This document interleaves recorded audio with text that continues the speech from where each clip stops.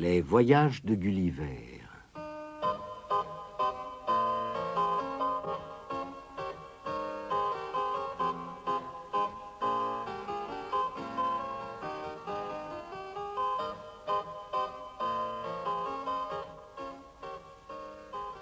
Les Lilliputiens avaient compris que Gulliver ne leur voulait aucun mal et que c'était un homme bon et aimable. Il lui avait offert une demeure et le nourrissait bien. Un jour où l'empereur lui rendait visite, il lui demanda de bien vouloir laisser ses officiers le fouiller, car s'il avait des...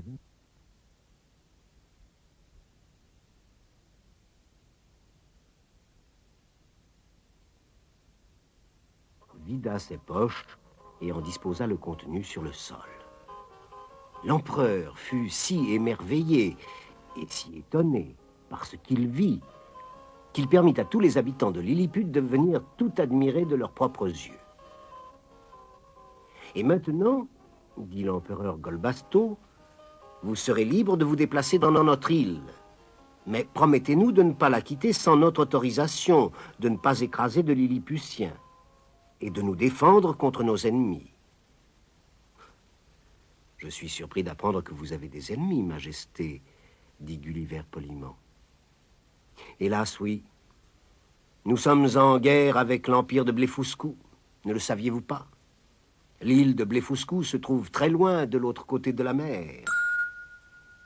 Gulliver se mit sur la pointe des pieds et aperçut l'île. En fait, elle n'était pas éloignée du tout. Elle n'était séparée de Lilliput que par un étroit bras de mer. Voulant rendre service aux Lilliputiens, Gulliver décida de traverser ce bras de mer pour aller se rendre compte de la puissance de l'empire de Blefuscu. Dans le port de l'île était amarrée une flotte de 50 puissants navires de guerre, pas plus gros que les petits bateaux qui servaient de jouet à Gulliver dans son enfance. Gulliver rentra alors à Lilliput et demanda qu'on lui apporte des barres de fer et du câble. Mais le câble qu'on lui apporta n'était pour lui qu'une mince ficelle, et les barres de fer ressemblaient à de petites aiguilles à tricoter. Gulliver en fit des crochets qu'il enfila sur le câble, puis il fourra tout ceci dans sa poche et entra dans l'eau pour retourner à Blefuscu. Il ne lui fallut que quelques minutes pour nager jusqu'à l'île. Il reprit alors pied dans l'eau peu profonde et avança vers le rivage. 30 000 soldats et marins l'avaient vu arriver et s'étaient rassemblés sur le port, prêts à se défendre. Mais la vue de Gulliver émergeant soudain de l'océan les terrifia. « Un géant !» crièrent-ils, pensant que Lilliput avait engagé un géant pour combattre à leur place. « Les Lilliputiens ont envoyé un géant pour nous tuer! Sauvons-nous !» Et tous les marins des 50 navires sautèrent par-dessus bord et nagèrent vers le rivage, tandis que les soldats jetaient leurs arcs et leurs flèches et couraient se cacher dans les montagnes de Blefuscu. Gulliver, debout dans l'eau, sortit les crochets et les câbles de sa poche et fixa un crochet à la proue de chaque navire. Puis il coupa leurs amarres à l'aide de son canif et, rassemblant les 50 câbles entre ses mains, tira les navires de guerre hors du port. Il leur fit ainsi traverser le canal sans encombre jusqu'au port de Lilliput. Les Lilliputiens rassemblés acclamèrent Gulliver de toutes leurs voix quand ils le virent revenir vers eux, traînant derrière lui les 50 navires. Lorsqu'il prit pied sur le rivage, ils crièrent « Vive l'homme montagne, il a sauvé Lilliput !»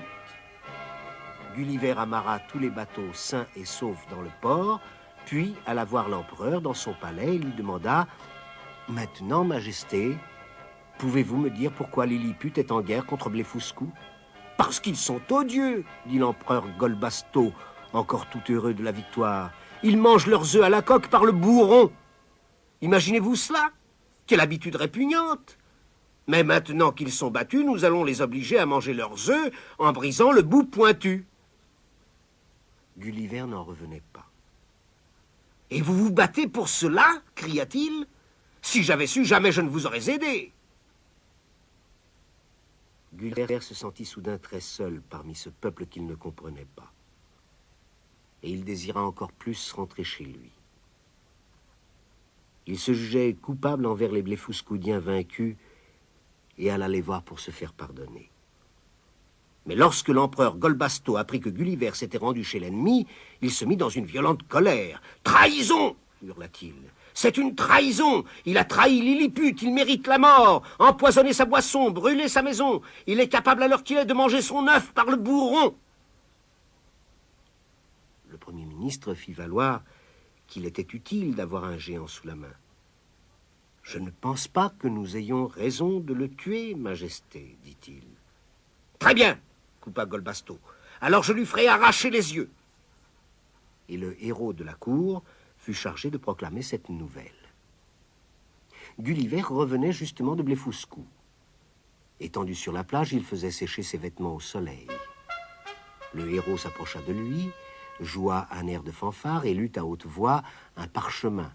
« Ô homme montagne, traître étranger, le glorieux empereur Golbasto a décidé de te faire crever les yeux. » Gulliver se redressa et fixa le héros avec étonnement. Celui-ci lui chuchota « L'empereur t'accuse d'avoir trahi Lilliput. Les archers royaux te crèveront les yeux avec leurs flèches acérées demain à midi.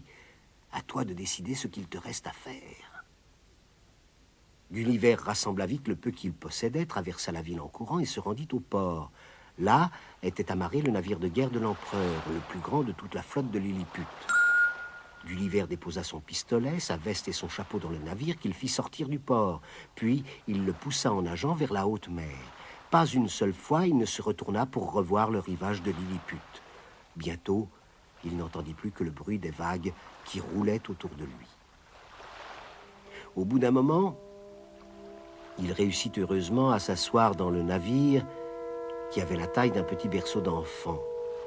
Ses bras et ses jambes pendaient par-dessus bord. Le vent et la marée le poussèrent sur des milles et des milles à travers l'océan. Bercé par le mouvement des vagues et fatigué, il tomba dans un profond sommeil. Pendant ce temps, un navire marchand repéra le bateau et son étrange équipage. C'était un bâtiment anglais qui faisait du commerce dans les mers du Sud et retournait en Angleterre.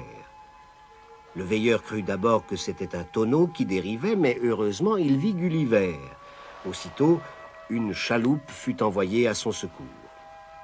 Une fois à bord avec son navire miniature, Gulliver remercia le capitaine de lui avoir sauvé la vie et lui raconta ses extraordinaires aventures à Lilliput. Ce soir-là, pour la première fois depuis des mois, Gulliver dormit dans un vrai lit. Après un long voyage, ils arrivèrent enfin à Londres, où Gulliver retrouva sa famille.